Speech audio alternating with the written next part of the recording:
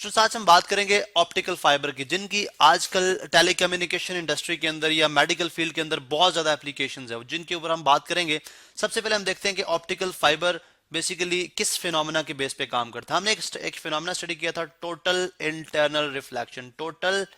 Internal reflection, इसको हम just एक व्यू से लेंगे और उसके बाद हम देखेंगे जी ऑप्टिकल फाइबर जो है वो किस तरह से वर्क करते हैं। अब टोटल इंटरनल रिफ्लेक्शन क्या थी, हमने बात की थी कि अगर आप एक ग्लास स्लैब लेते हैं, यानी एक ट्रांसपेरेंट ग्लास लेते हैं, ठीक है, बल्कि हम थोड़ा सा इसको बड़ा शो कर देते हैं, ट्रांसपेरेंट ग्लास लेते हैं।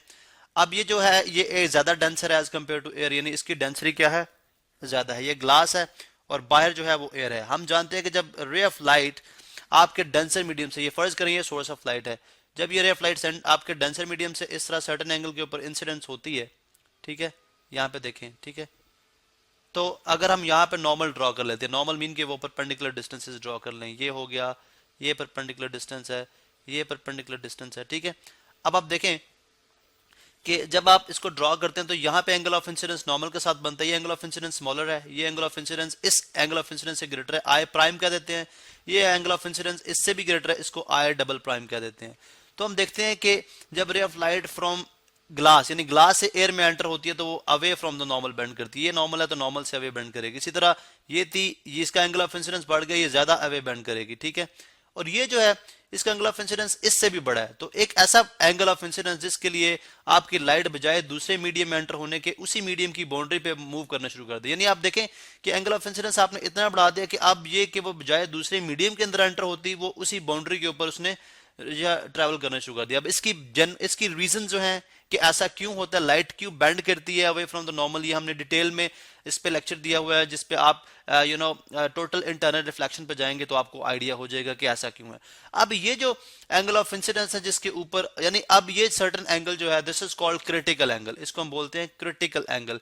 यानी इससे अगर आपने एंगल ऑफ इंसिडेंस ग्रेटर कर दिया, बढ़ा दिया, तो रे ऑफ लाइट बजाय, जैसे मैं यहाँ पे शो करता हूँ, रे ऑफ लाइट बजाय दूसरे मीडियम में पास होने के क्या कर जाएगी, रिफ्लेक्ट कर जाएगी। यानी इसी मीडियम में, फर्ज करें ये अगर आप ग्लास को एक्सटेंड कर देते, ठीक है, तो ये इसी मीडियम में क्या हो जाती, वापस रिफ्लेक्ट होकर इसी मीडियम में वापस आ जाती। अब ये है टोटल इंटरनल रिफ्लेक्शन। अब इसके लिए जो जनरली, यानी विद रिस्पेक्ट टू एयर, जो ग्लास का क्रिटिकल एंगल है वो कितना है,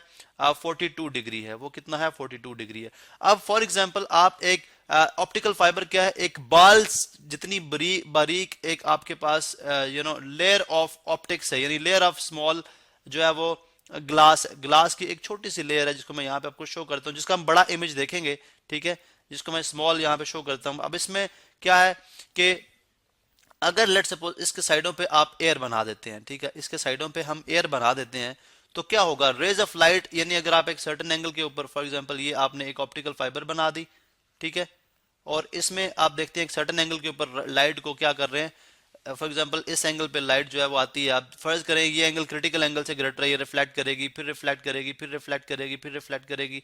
फिर रिफ्लेक्ट करेगी, फिर रिफ्लेक्ट करेगी, फिर रिफ्लेक्ट करेगी, ये पास तो कर जाएगी। यानी इस ऑप्टिकल सेंटर में से, सॉरी, इस जो ऑप्टिक है, आपकी ऑप्टिकल फाइबर है, जो आपकी शीशे की यानी ग्लास की तार नुमा बनी हुई है, जो कि बाल के बराबर बारीक होती है, इसमें से ये जो आपकी रे ऑफ लाइट है ये पास तो कर जाएगी, लेकिन अगर आप देखें तो कितनी वो जो है वो रिफ्लेक्शन कर रही है, बहुत ज्यादा रिफ्लेक्शन कर रही है, जिससे उसकी स्पीड ऑफ लाइट में फर्क पड़ेगा। यानी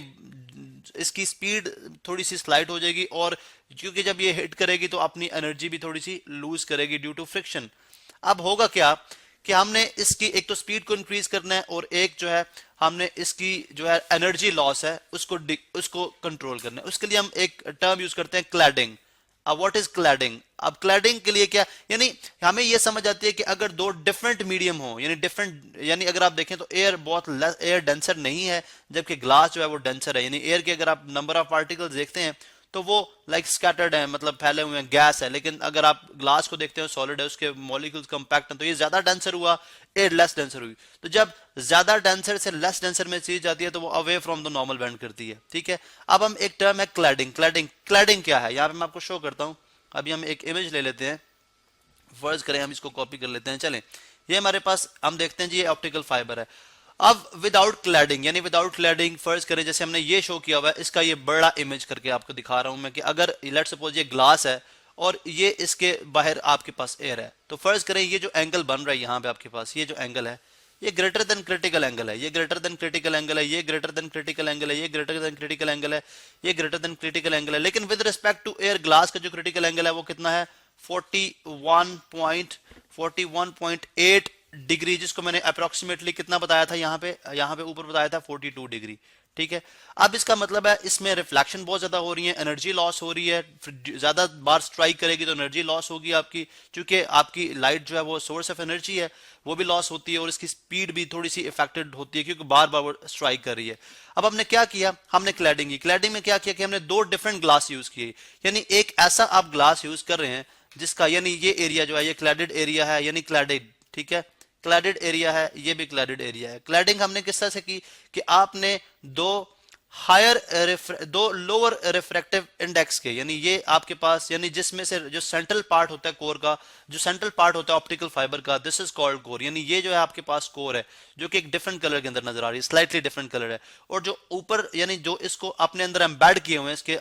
जो इसके साइडों पे जो दो लेयर्स हैं ये भी ग्लास के लेयर्स हैं, यानी आप याद रखें कि ये भी ग्लास है, ठीक है, और ये भी क्या है, ये भी ग्लास है। अब आपने क्या किया, दो डिफरेंट ग्लास के different refractive index, refractive index basically होता है कि अगर आपका यानी refract speed of light in air divided by speed of light in that medium से मुराद ग्लास, यानी ग्लास के यानी फर्ज करें एक जी फॉर ग्लास, यानी स्पीड ऑफ लाइट, यानी रेशो होती है speed of light in air, air से स्पीड ऑफ लाइट कितनी होती है डिवाइडेड अगर कर दें कि उस ग्लास में जो डेफिनेटली कम होगी क्योंकि ग्लास में स्पीड ऑफ लाइट कम हो जाती है, ठीक है, डेंसर मीडियम है, स्पीड ऑफ लाइट ग्लास में है, उसको डिवाइड कर दें, वो जो रेशो आती है वो रिफ्लेक्टिव इंडेक्स है। तो अब क्या करते हैं हम कि बजाय, चूंकि एयर के लिए क्रिटिकल एंगल जो है 42 डिग्री है, अब हम क्या करते हैं, हम क्लैडिंग करते हैं। क्लैडिंग से जैसे मैंने बता दिया कि एक डिफरेंट ग्लास, यानी ये ग्लास जो है येलो कलर के अंदर जिसको मैं लिख रहा हूं, ये इसका रिफ्लेक्टिव इंडेक्स कितना है 1.55 इसका रिफ्लेक्टिव इंडेक्स है, ठीक है, इसका रिफ्लेक्टिव इंडेक्स कितना है 1.55। और जो क्लैडेड एरिया यानी ये रीजन और ये रीजन, मैं डिफरेंट दोबारा से शो कर दूं, ये रीजन, ठीक है, और ये रीजन, इसका रिफ्लेक्टिव इंडेक्स कितना है 1.45, यानी इसका लोअर रिफ्लेक्टिव इंडेक्स है और जो कोर है उसका हायर रिफ्लेक्टिव इंडेक्स है। अब हायर रिफ्लेक्टिव इंडेक्स आपने जब यूज किया तो आपका क्रिटिकल एंगल जो कि पहले एयर आपका